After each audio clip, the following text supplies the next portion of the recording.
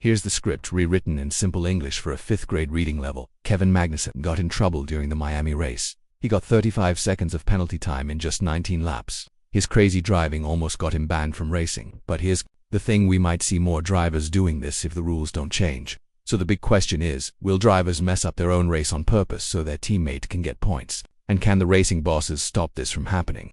The sprint race in Miami got everyone talking. People are arguing about whether Magnussen's driving against Hamilton was okay or not. But no matter what you think, he definitely drove in a very dangerous way. He could have caused way more crashes than he did. At the end of the sprint race, Magnussen had 35 seconds of penalties. But because of his crazy driving style, his teammate Nico Hülkenberg was able to keep 7th place in the sprint race. This wouldn't have happened if Magnussen hadn't defended so wildly. Besides the 35 penalty seconds he also got 2 penalty points for crashing into Logan Sargeant during the race. This means he's now just 2 points away from getting banned from a race. He's the only driver on the grid with so many penalty points. But the fact that he only got time penalties for his racing during the sprint race really confused the experts and some of the other drivers. Some of them want really big changes to fix this problem. When people asked about the penalties from the sprint race, Magnussen was pretty honest about everything. He said all the penalties were fair, but he had to help his team. He said he was in a really good spot behind Nico at the start of the race. He moved up to 8th place and was protecting well from Lewis because he had DRS from Nico and was going fast. Then Nico cut the chicane, and Magnussen lost the DRS. Nico could have given that back to defend because they would have easily been 7th and 8th instead. Magnussen was in trouble with Lewis fighting with him like crazy. He had to create a gap like he did in Jeddah and start using these stupid tactics. At the end of the day, he doesn't like doing them, but he did his job as a team player and Nico scored his points because he got that gap for him. What's really important is that Kevin admitted this isn't how he wants to race, but it's something he has to do because the 2 points his team got from Hülkenberg during the sprint race could be the difference between finishing 7th or 8th in the championship. That's about $10 million in prize money at the end of the year. The race officials also talked about what happened after they called Magnussen in for allegedly bad sportsmanship. This was about his fierce defending that happened twice in just 6 races this season. Even though many people thought he would be punished for this, it turned out the officials had a pretty good reason for not doing it. They said the driver honestly explained that he thought he was allowed to race with Hamilton the way he did. He was also willing to accept what he thought were normal penalties for any rule breaking that happened while he was fighting for a position. What this shows is that any driver could choose the aggressive tactics that Magnussen used, defending against Hamilton, and get away with time penalties without any penalty points. This shows that maybe a small change in how the officials handle these situations in the future would be good. When talking about it, they also said that bigger penalties might be considered if drivers do this again in similar ways. They wrote that moving forward, the officials will need to think about whether in appropriate situations, especially when drivers keep breaking rules, the penalties for each rule breaking need to be bigger to stop scenarios like what we saw in the sprint race in Miami. That's something they will bring up specifically with the racing bosses and the official team. Some people believe that if a driver doesn't feel like driving properly during that particular event, they should be banned from a race right away. They should have some thinking time at home with their family so they can see what they're missing. Maybe then they'll understand from a neutral point of view how their actions are affecting the other drivers on the grid.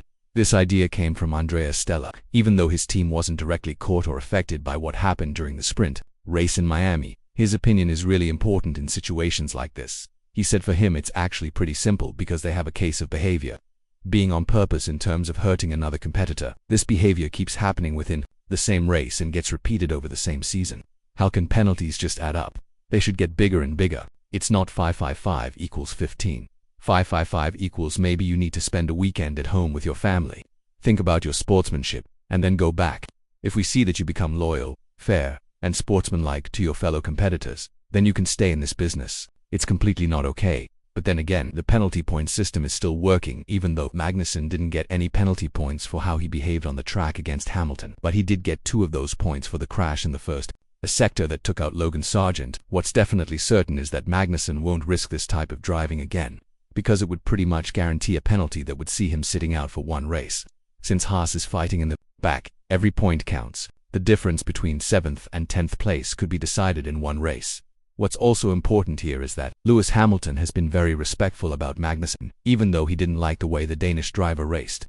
There wasn't much the Mercedes driver could have done in this situation. And honestly, it would be the way Hamilton would race too if he were in Magnussen's position.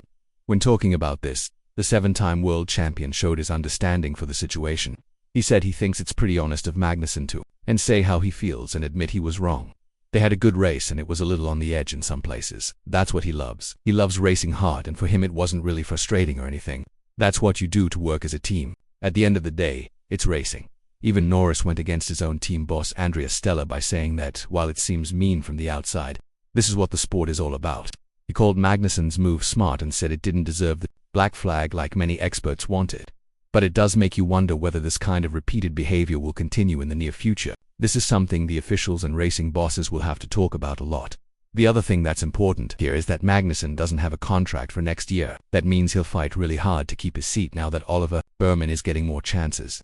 This means he'll put his ego aside. If it means he'll have to sacrifice his race a lot more than what he's doing right now, then that's what we'll see. If it means he'll stay on the grid from 2025 onwards, it's safe to say the pressure is getting bigger on Magnussen's shoulders, especially since Hülkenberg is the driver who is scoring way more points and is being much more consistent for the American team. After the latest statement from team boss about Berman's future depending more on his practice performances rather than his F2 campaign, it would be interesting to see how Magnussen's future will work out.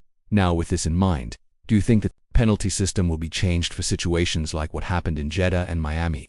And more specifically, do you think Magnussen was right for his fierce defending against Hamilton? Let us know your thoughts in the comments below, and once you do that, have a look at the video that's appearing on your screen right now.